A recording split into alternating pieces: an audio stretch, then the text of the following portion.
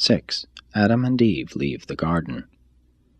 When Adam learned that the Nodites were on the march, he sought the counsel of the Melchizedeks, but they refused to advise him, only telling him to do as he thought best and promising their friendly cooperation, as far as possible, in any course he might decide upon. The Melchizedeks had been forbidden to interfere with the personal plans of Adam and Eve.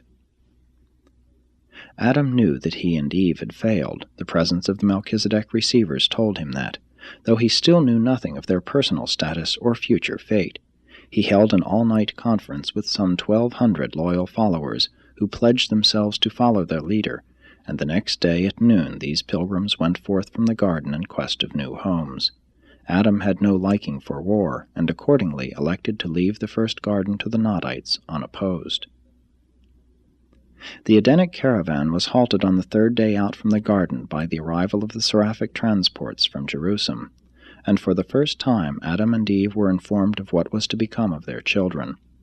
While the transports stood by, those children who had arrived at the age of choice, 20 years, were given the option of remaining on Urantia with their parents or of becoming wards of the Most Highs of Norlatiadek.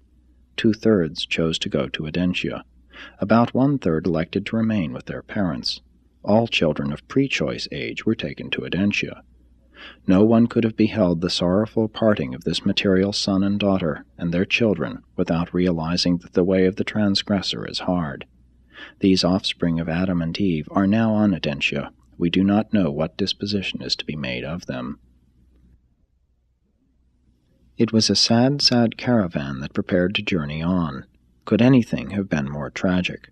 To have come to a world in such high hopes, to have been so auspiciously received, and then to go forth in disgrace from Eden, only to lose more than 3/4 of their children, even before finding a new abiding place.